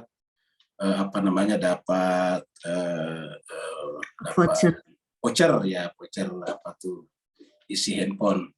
Bapak Ibu sekalian, kita sampaikan banyak jemaah-jemaah kita itu juga yang benar-benar ketika mengikuti tadabbur ini berkorban. Kenapa? Kalau kita ikut tadabbur ini kan pasti ada kuota, dan ini cukup lama, 1,5 jam atau 2 jam kita mendengarkan Zoom itu lumayan banyak kuotanya terserap. Ya, ini kemudian mereka juga berkorban cukup banyak, apalagi 3 kali sepekan. Nah, bagi mereka, kalau ada di antara Bapak Ibu sekalian yang ingin bersyukur, harusnya berbagilah kepada mereka dengan misalnya cabutan bertua dan sebagainya. Bapak Ibu yang kebetulan dapat voucher itu dan merasa dirinya mampu, ya bisa juga langsung membaginya kepada jemaah kita yang ada yang selalu aktif mengaji tetapi termasuk sangat terbatas kemampuan finansialnya. Ini sangat bagus karena kita coba tanamkan saling mencintai di antara kita sesama jemaah tadabbur seperti ini, karena kita sama-sama satu, yaitu pecinta kitab suci Al-Quran, pecinta pasangan suci daripada Al-Quran juga. Jadi hari ini ada sahabat kita, jemaah kita yang memperingati ulang tahunnya. Ada cabutan bertua nanti, yaitu jemaah kita yang bernama Sinta Seza Putri. Bapak Ibu pasti sudah kenal beliau karena hampir tidak pernah lupa. Oleh sebab itulah saya secara pribadi ucapkan selamat ulang tahun kepada Sinta. Semoga panjang umur dan selalu berada dalam lindungan dan keberkahan Allah SWT. Amin. Nahnu khalaqnakum wa syadadna asrahum wa idza syi'na baddalna amsalahum tabdila. Kamilah yang menciptakan kalian nih, kata-kata ini. Kamilah yang menciptakan kalian. Bapak, Ibu-ibu sekalian perhatikan, kenapa Allah menggunakan kata kami di sini? Sama juga pada saat kita berbicara tentang Al-Quran, kamilah yang menjaganya, karena di situ terlibat siapa? Penghafal Al-Quran. Ustadz kita yang mempelajari Al-Quran secara saksama baru mengajarkan kepada kita. Itu termasuk memelihara bacaan Al-Quran. Nah di sini juga, kenapa menggunakan nahnu? Karena termasuk orang tua kita. Orang tua kita masuk di sini, jadi Allah memasukkan orang tua sebagai bagian dari kata kami. Kalau bukan ayah dan bunda kita tidak bisa lahir. Maka Allah mengatakan, nahnu khalaqnahum, kami yang menciptakan manusia itu. Wa syadadna asrahum, lalu kami berikan kepada mereka hukum yang menyebabkan tubuhnya bisa kuat. Aslinya terbuat dari darah, daging. Darah itu kan air. Menurut para ahli, tubuh kita hampir 70%-nya cairan. Tapi kok bisa berdiri? Nah, syadadna asrahum. Kami yang membuat mereka kuat sehingga bisa berjalan. Bahkan coba lihat pemain sepak bola bisa lari ke sana kemari, tabrakan dan sebagainya, tapi bisa saja tetap hidup. Wa idza syi'na baddalna amsalahum tabdila. Kalau kami mau, kata Allah, kalau kami mau idza syi'na, kami bisa mengganti mereka baddalna amsalahum yang seperti mereka. Kita lihat waktu kita diciptakan kemarin, waktu kita memutarkan itu pembuahan di dalam rahim ibu kita, itu ada 200 juta sel dari laki-laki yang berlomba masuk membuahi ovum, tapi hanya satu yang berhasil. Luar biasa. Artinya apa? Yang lain itu tidak jadi diganti. Ya, amsalahum yang sama dengan mereka. Tabrilah dengan pengganti. Bisa juga bermakna kaum itu bisa diganti sebagaimana penggantian kaumnya Nabi Nuh.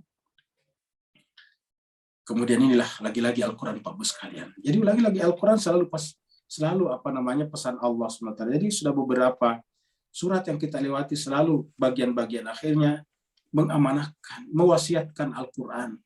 Karena inilah yang ditinggalkan umat sekarang, sehingga umat kita sekarang ini benar-benar berada pada titik nadir kerendahan.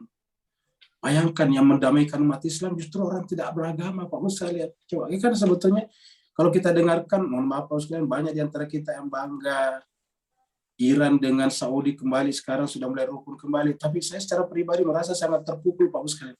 Kok yang bisa mendamaikan umat Islam justru orang yang tidak beragama? Luar biasa juga sekalian. Padahal bukankah Al-Quran sendiri mengatakan, innamal mu'mina ikhwah fa aslihu baina akhawaikum. Orang mukmin itu bersaudara, kalau mereka ada perselisihan maka damaikanlah mereka. Tapi yang mendamaikan orang Islam. Jadi artinya sedemikian rendahnya kualifikasi umat Islam sekarang sampai mendamaikan sendiri dirinya tidak mampu. Butuh orang luar yang tidak beragama pula. Semua kita tahu yang namanya Cina itu adalah negara komunis. Tapi bisa mendamaikan orang Islam, luar biasa. Apa sebabnya jelas sekalian? Kita jauh daripada Al-Quran.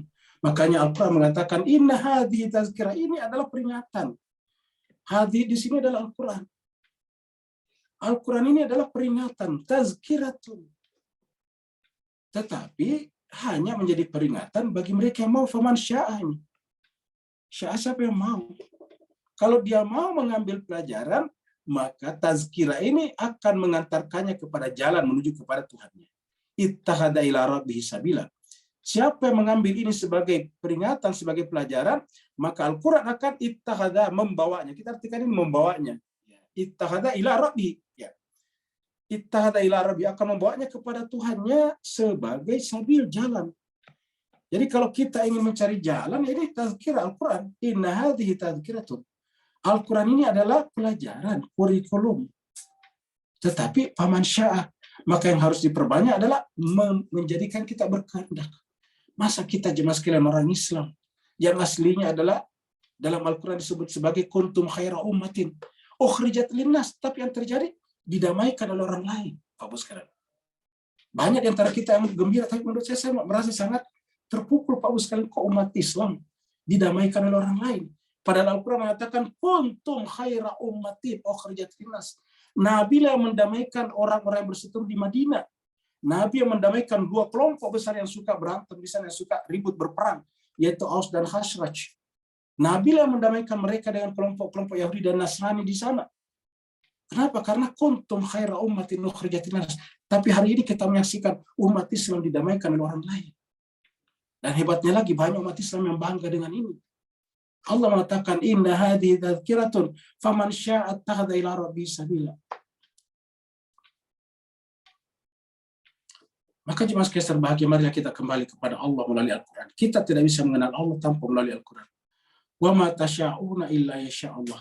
Tidak bisa kita berkehendak kembali kepada Allah tasya' kalau tidak sama dengan sya' kita dengan Allah. Jadi kalau kita ingin menjadikan Al-Quran sebagai jalan, harus kehendak kita sama dengan kehendak Allah. Apa kehendak Allah? Menjadikan kita sempurna. Maka siapa yang kehendaknya tidak untuk sempurna, ya tidak bisa menjadikan Al-Quran sebagai sabil tadi. Jadi hanya mereka yang bercita-cita, berjuang, bermujahadah untuk menuju kepada kesempurnaan akan menjadikan Al-Quran sebagai jalan. Karena itulah kehendak Allah. Karena Allah adalah Maha sempurna dan kita diinginkan olehnya untuk kembali kepadanya sebagai makhluk yang sempurna. Innallaha kana aliman hakimah. Dan ingat, Allah tahu semuanya. Allah tahu. Ya. Terakhir, jemaah sekalian, kita agak percepat sedikit karena waktu kita terbatas. Coba Bapak Ibu bandingkan dua hal ini. Ini lihat di sini ada dua kiri kanan video. Ya. Ini adalah keindahan. Ya. Ini kita ambil aja dari video-video yang ada. Tentu surga jauh lebih dari ini Pak Bos sekalian. Tapi ini kita bayangkan, ini dua video kita ini. Menyaksikan, baru bayangkan sebelah kanan. Nah, perumpamannya seperti inilah kira-kira surga dengan neraka. Neraka itu api, sedangkan surga adalah taman-taman yang ada air seperti ini. Ya, coba kita lihat. Dan Al-Quran surat Al-Insan ditutup dengan itu. Artinya apa? Insan itu diciptakan dari awal, dari tidak ada menjadi ada, supaya menjadi sempurna, dan kesempurnaan itu ketika kembali kepada Allah, dan ketika kembali kepada Allah itulah kebahagiaan sejati yang bisa diumpamakan seperti taman-taman yang indah, seperti air, karena air itu adalah tanda kehidupan. Yudkhilu man yasha' fi rahmatihi. Allah akan dia masukkan siapa yang dikehendaki ke dalam rahmatnya. Apa artinya ke dalam rahmatnya? Ke dalam wilayah Muhammad bin Abdullah sallallahu alaihi wasallam. Kenapa? Karena Muhammad itu adalah rahmatan lil alamin. Jadi tidak bisa kita masuk ke sana kalau tidak melalui wilayah Nabi Muhammad, kita Muhammadi.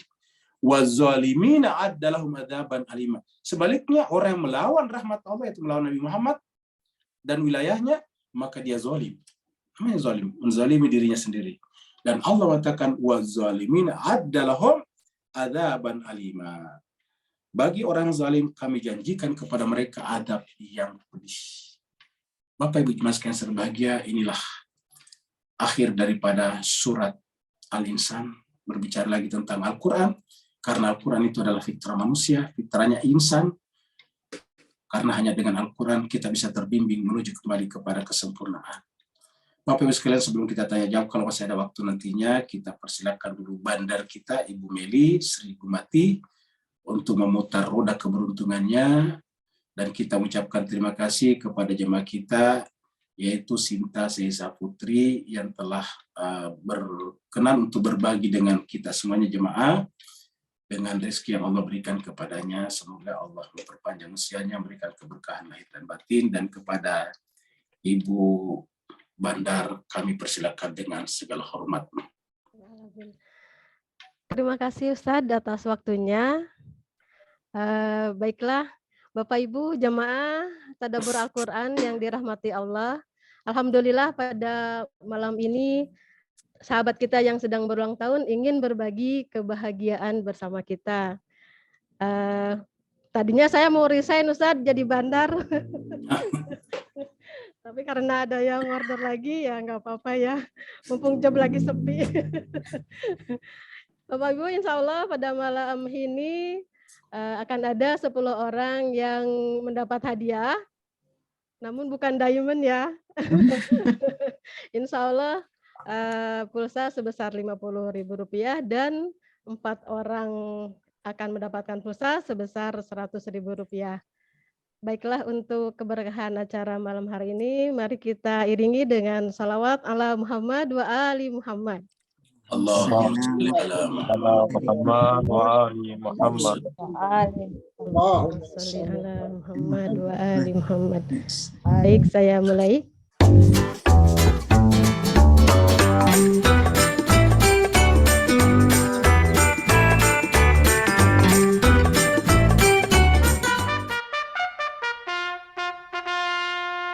Ada Ibu Habibah.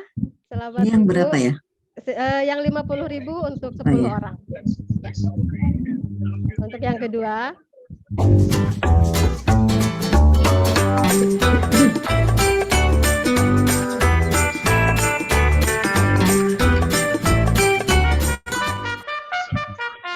Monty Priyatna, selamat Pak. Silakan menghubungi Ibu Ayu Munawaroh. Baik, untuk yang ketiga.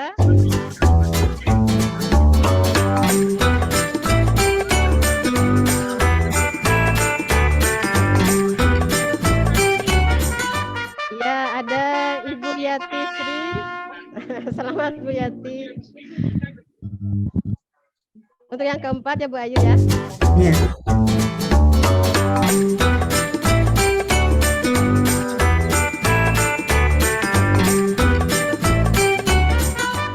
Ya, Ibu Su, selamat ya. Mendapatkan hadiah pulsa 50.000. Terima kasih. Sama-sama. Yang kelima.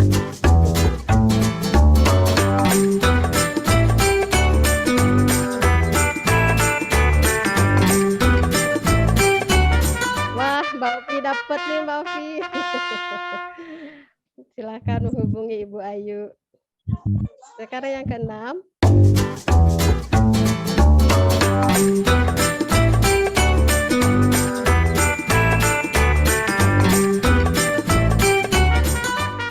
Nah, ini Mama Tetangga. Eri. Selamat Asik. Mama. Yang ke-7.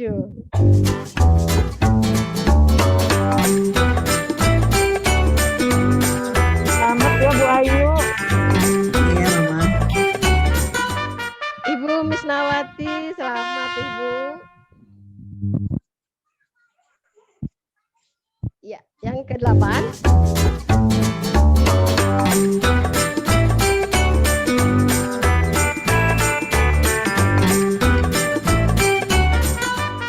Bapak Ridwan Askari, selamat Pak. Silahkan hubungi Ibu Ayu Pak.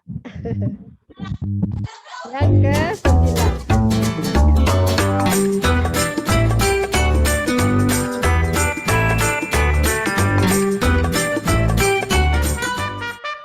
Mbak Erna, selamat Mbak. Bisa nggak buat modal kripto ya ini ya? Sekarang yang terakhir.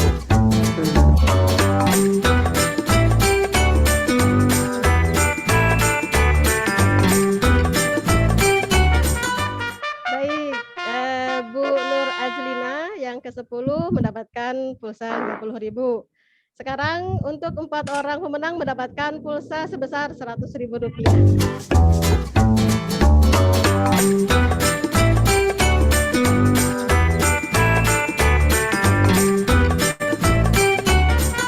Bu Amani, alhamdulillah. Bu Amani. Alhamdulillah, terima kasih. Bu Ani nunggu-nunggu ya dari dulu. Yang kedua.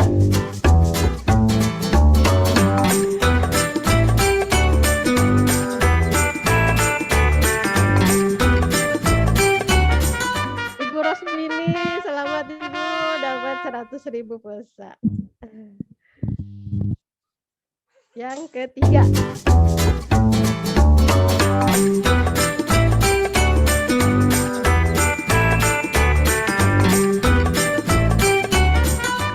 Pak Nur, selamat Pak Nur. Dapatkan pulsa sebesar Rp100.000. Yang terakhir.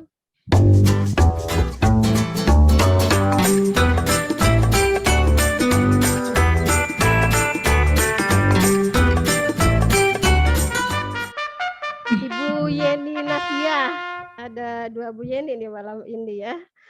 Selamat Ibu Yeni Nasia, silahkan menghubungi nomor kontak Ibu Ayu. Demikian Bapak Ibu jamaah tadabbur Al-Quran, tugas saya sudah selesai dan saya kembalikan kepada Ustadz. Terima kasih Ustadz. Terima Ya, kasih. sama-sama Bu Bu Mary. Bandar. Bapak sekalian, saya secara pribadi mengucapkan selamat kepada semua yang berhasil jujur pada malam hari ini. Semoga bermanfaat dan begitu juga yang membagi Sinta juga diberikan senantiasa kesehatan lahir dan batin. Amin. Terima Kehidupannya kasih, lapang, Ustaz. rezekinya lancar dan kesehatannya selalu prima. Terima Amin. kasih Ustaz. Ya, Ustaz. ada yang mau bertanya, dipersilakan yang mau bertanya. Waalaikumsalam. Waalaikumsalam warahmatullahi wabarakatuh. Silakan Pak Nur. Alhamdulillah barakallahu fi Bismillahirrahmanirrahim. Wassalamualaikum warahmatullahi wabarakatuh.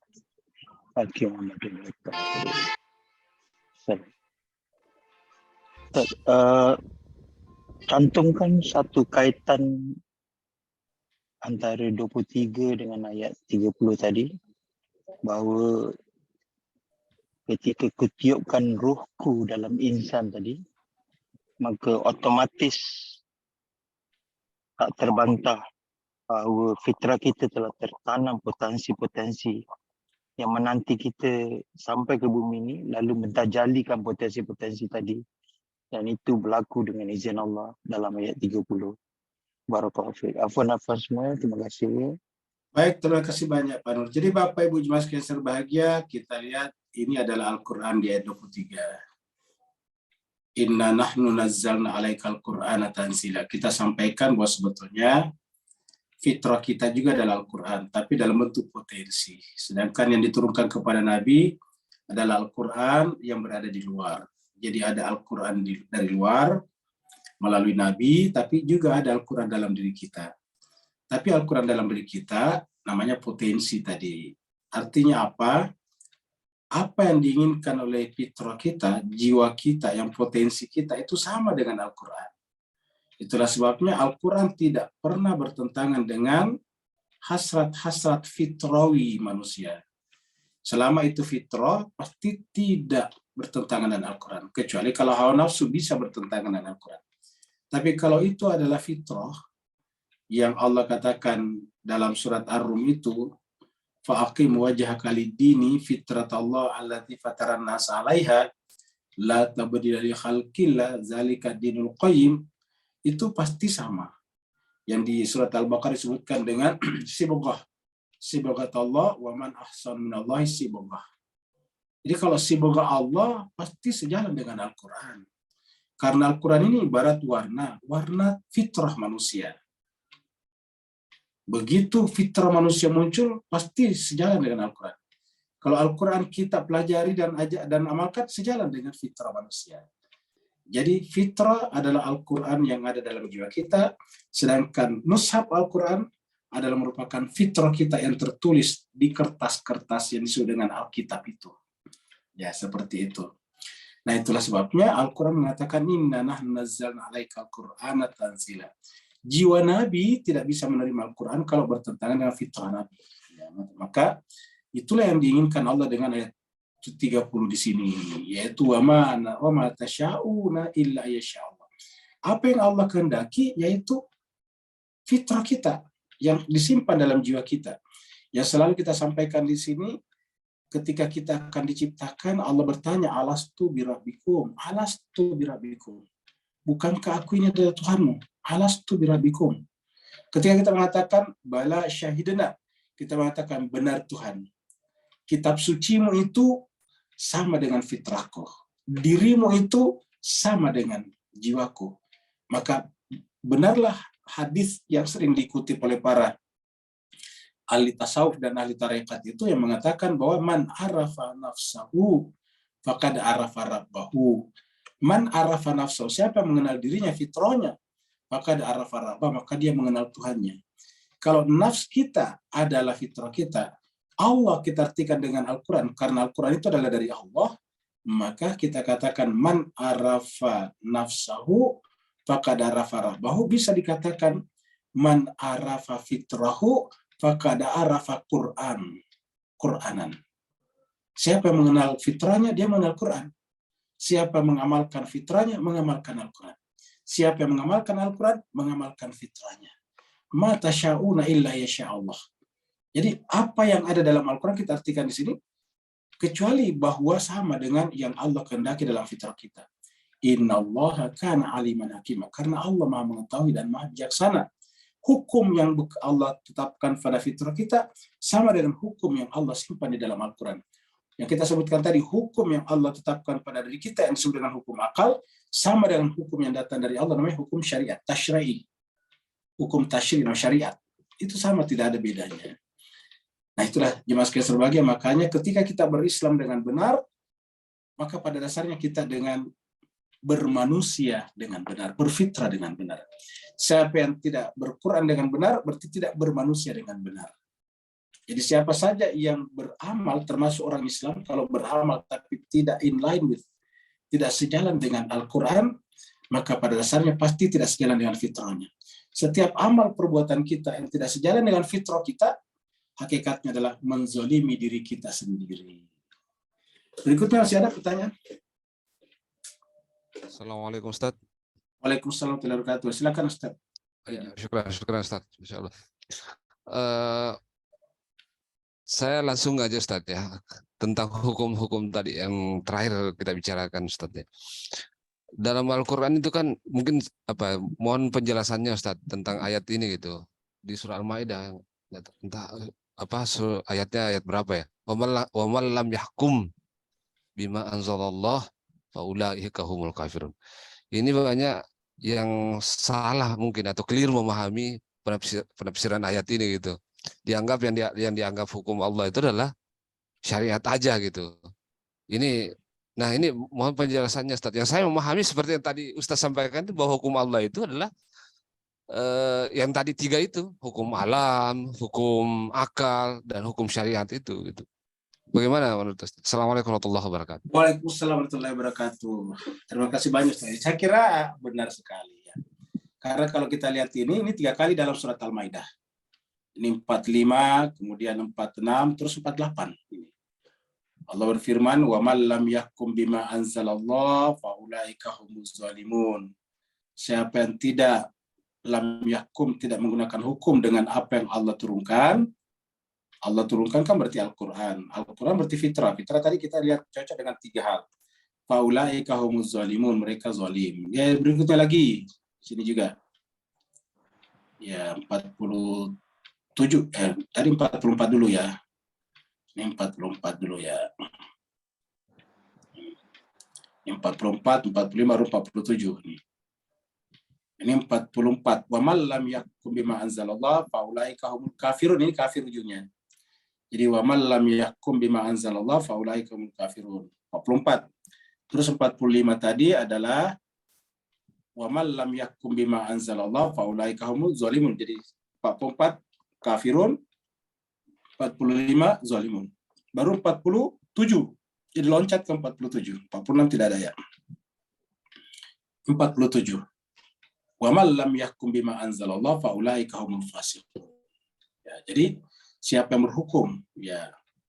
Jadi jemaah sekalian, kalau kita lihat ini ayat-ayat sebelumnya, ini kita lihat ada kata-kata muhaimin di sini. Ya. Jadi ini adalah kitab-kitab sebelumnya, baru kemudian nanti ini 40 walam waliyahkum ahlal injili bima anzalallahu fi wa man lam yakun, seterusnya. Baru kemudian wa anzalna ilaika, dan kami turunkan kepada Muhammad alkitab, Al-Qur'an. Karena kepada Nabi kan kitabnya Al-Qur'an. Bil haq, dengan kebenaran. Musaddiqan, membenarkan. Membenarkan sesuai dengan fitrah manusia, yang juga sesuai dengan kitab-kitab sebelumnya. 5 baina yadayhi. Minal kitab. Jadi kitab-kitab sebelumnya sama. Wa muhaiminan, dan sekaligus menjaga alaihi. Jadi kitab suci Al-Quran ini bisa diartikan menjaga konsistensinya dengan kitab-kitab sebelumnya, Taurat, Zabur, Injil. Tapi bisa juga diartikan menjaga agar fitrah manusia tetap berjalan sesuai dengan hukum yang bekerja padanya. Muhaiminan alaihi. Oleh sebab itulah, fahkum bainahum bima anzalallah. Maka tegakkanlah hukum di antara manusia bima anzalallah, dengan apa yang Allah turunkan. Karena itulah yang sejalan dengan hukum tadi, hukum alam, hukum akal, dan hukum syariat. Oleh sebab itulah yang bisa mengeluarkan kita dari 3 hukum itu adalah hawa nafsu. Maka dikatakan wala tattabi' ahwa. Ahwa ini bentuk jauh dari hawa. Jangan mengikuti ahwa, ya, hawa nafsu mereka. Karena kalau kita mengikutinya, kita akan keluar dari fitrah, dari kitab suci Al-Quran. Wala tattabi' ahwa'ahum amma ja'aka minal haq. Ketika sudah datang kepada kamu al-haq. Al-haq ini bisa dalam diri kita, potensial kalau istilahnya Pak Nur tadi, dan juga bisa dalam bentuk Al-Quran seperti yang dikatakan tadi Ustaz Yudin. Likullin ja'alna minkum syir'atan wa minhaja. Masing-masing diberikan syariat. Nah, jadi jemaah sekalian berbahagia, inilah menjelaskan kepada kita bahwa yang disebut dengan wa man lam yahkum bima anzalallah fa ulaika humul kafirun wa man lam yahkum bima anzalallah fa ulaika humuz zalimun wa man lam yahkum bima anzalallah fa ulaika humul. Yang terakhir tadi adalah 3 unsur itu. Maka mungkin kenapa Tuhan ya, kenapa Allah mengulangi sampai 3 kali ya? Kan begitu. Kenapa Allah mengulangi sampai 3 kali? Yang ketiga adalah fasikun. Yang pertama tadi adalah kafirun, zalimun, kafirun dia baru zalimun, baru fasikun. Kenapa diulangi 3 kali? Nah, seakan-akan seperti itu tadi. Ada 3 hukum yang Allah berikan kepada kita, yaitu hukum yang bekerja di alam, itu hukum Allah juga. Kita bisa memelihara sapi, kambing, karena itu hukum alam yang kita gunakan. Kemudian yang kedua adalah hukum akal pikiran kita. Yang ketiga adalah syariat. Inilah kesempurnaan hukum. Siapa yang tidak menggunakan hukum-hukum ini, maka dia akan zalim. Dia akan ingkar, tertutup hatinya. Dia akan fasik namanya. Inilah yang harus kita lakukan. Jadi saya kira terima kasih banyak Ustaz Aidin menghubungkan 3 hukum itu dengan 3 juga ayat di dalam surat Al-Maidah, dengan ujung yang berbeda-beda. Yang pertama adalah zalimun, yang kedua adalah kafir, yang ketiga adalah al-fasiqun. Bapak sekalian, saya kira kita terakhir pergi ke apa namanya dulu ke screen, ke pertanyaan yang ada di chat ya. Ini ada pertanyaan dari Pak Burhan kalau tidak salah ya, kesatuan ya. Di kesatuan itu artinya kesatuan antara kehidupan dunia dan kehidupan akhirat. Kehidupan antara lahir dan batin. Kita sampaikan di dalam Al-Quran itu benar-benar satu kesatuan. Itu sebabnya Allah mengatakan tentang dirinya itu Allah itu adalah awal dan akhir. Wal awal wal akhir. Jadi kalau kita bicara awal dan akhir, dunia dan akhirat itu Allah semuanya. Bagi apa namanya yang punya wilayah. Zahir dan batin, Allah semuanya. Coba kita lihat. Jadi zahir dan batin, kalau kita katakan zahir itu seperti benda, kereta, mobil, rumah itu kan zahir. Batin itu adalah urusan-urusan jiwa. Nah itu adalah sama satu kesatuan. Jadi yang awal dan akhir, zahir dan batin, itu semuanya adalah berada di dalam wilayah Allah. Jadi umat Islam itu harus memandang semuanya menjadi satu kesatuan. Satu integral, satu holistik, menyeluruh. Tidak boleh dipisah-pisah, tidak boleh diparsialisasikan, tidak boleh melihatnya secara parsial, secara partikular. Harus dilihatnya sebagai satu kesatuan. Tidak bisa kita katakan orang yang kerjanya menjual di pasar urusan dunia, enggak. Karena kalau dia tidak menjual di pasar, tidak makan, kan berarti tidak bisa sholat. Karena untuk sholat kita harus punya pakaian menutup aurat. Kita harus kuat untuk berdiri habis makan. Bagaimana kita bisa membeli pakaian kalau tidak punya uang? Bagaimana kita bisa dapat uang kalau tidak bekerja? Jadi bekerja, sholat itu satu kesatuan. Belajar, bekerja, sholat, beribadah secara mahda itu adalah satu kesatuan.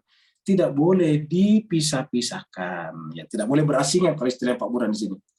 Tidak boleh antara kerohanian dan keduniaan dianggap sebagai amal yang berarti, tidak boleh. Harus dianggap sebagai satu kesatuan. Saya kira begitu. Jadi saudara-saudara kita yang menganggap berasingan atau berseberangan itu adalah, mohon maaf, itu pasti cara pandang yang keliru yang tidak sejalan dengan Al-Quran. Terima kasih banyak Bapak Ibu sekalian atas kehadirannya pada kesempatan malam hari ini. Mohon maaf atas segala kekurangan.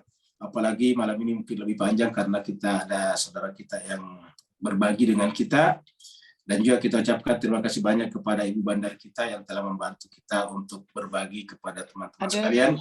Bapak Ibu sekalian, kita ingatkan lagi kepada Bapak Ibu kalau misalnya ada yang yang berlebih hartanya, rezekinya, yang bisa berbagi dengan jemaah-jemaah kita yang kebetulan mungkin tidak mampu atau kurang mampu, supaya kita semuanya benar-benar merasakan satu persatuan, satu kesatuan. Tidak ada gap antara yang berpunya dengan tidak berpunya, tidak ada gap antara the haves and the haves not. Ya, kenapa? Karena kita semuanya dikatakan innamal mu'minuna ikhwatun. Kita semuanya adalah harus menjadi satu kesatuan. Terima kasih banyak Bapak Ibu sekalian. Ada Terima permintaan kasih banyak juga doa, kepada Ustaz. Ibu Dokter. Ya. Ada permintaan doa. Siapa Bu? Coba dibuka dulu ya. Nah, jemaah sekalian, ada lagi yang minta doa dari siapa nih? Pak Azimi. Ya. Untuk Pak Ustaz siapa nih? Anak saya tadi sore masuk rumah sakit. Oke. Sumilda namanya, Sumilda. Iya, anaknya Pak Azim ya, kita turut berduka, turut prihatin dengan masuk rumah sakit. Namanya tidak ada namanya Bu Dokter ya? Sumilda. Namanya, Sumilda itu yang di bawah ya. Kita doakan anak daripada jemaah kita ini, jemaah kita Pak Azimi Lamsuan ini termasuk rajin sekali. Ini teman dekat daripada Pak Aswandi. Ya, beliau ini berdua selalu sama kalau mengaji dan sampai di Zoom kita juga selalu bersama dengan kita. Oleh sebab itulah Bapak sekalian, mari kita bacakan Fatihah dan selawat untuk Ananda Sumilda yang baru saja tadi sore masuk rumah sakit karena mahnya kambuh. Semoga Allah SWT memberikan kesembuhan dengan kesembuhan yang sempurna. Allah kirim malaikat untuk senantiasa menyertainya, Allah hibur hatinya, dan kemudian Allah penuhi kebutuhan lahir dan batinnya selama sakit. Dan Allah berubah penyakitnya menjadi keberkahan dan kebaikan dunia dan akhirat, diberikan kepadanya rezeki yang melimpah, baik rezeki dalam pengertian benda-benda ataupun rezeki dalam pengertian ilmu pengetahuan.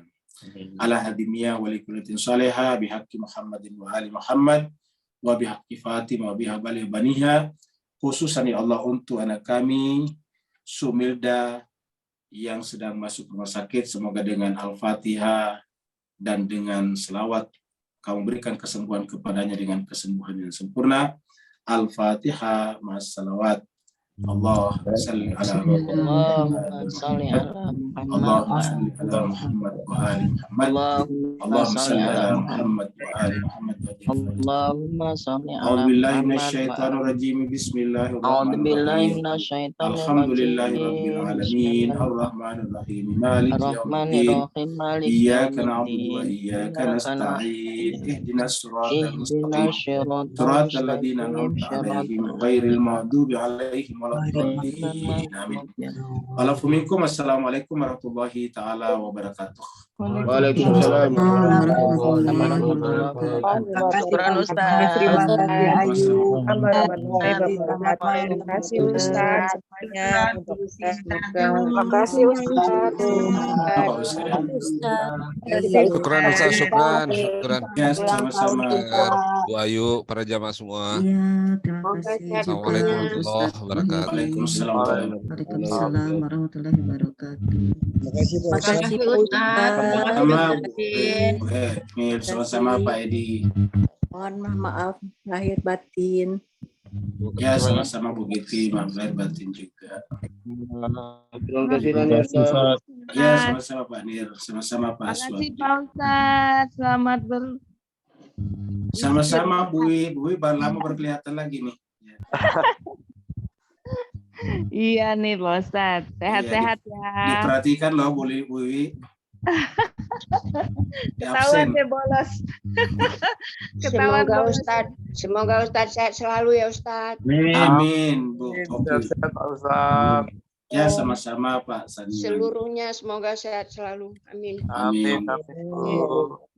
Ya, terima kasih banyak Ustaz. Assalamualaikum. Waalaikumsalam warahmatullahi wabarakatuh. Bapak Ibu saja duluan ya. Mas Dos, Bu Meli, Bu Dokter, Pak Burhan, Pak Haji Osman di Malaysia, Pak Swandi, Pak Rom, dan yang lain-lain saya duluan Pak Bu ya. Ya, terima kasih. Duluan ya. Assalamualaikum.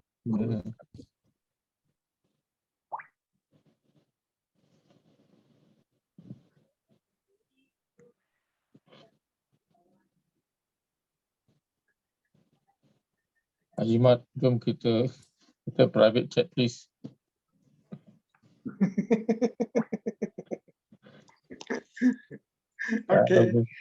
Okey, assalamualaikum semua. Waalaikumsalam warahmatullahi wabarakatuh. Waalaikumsalam. Bu Bandar mau ngapain resign?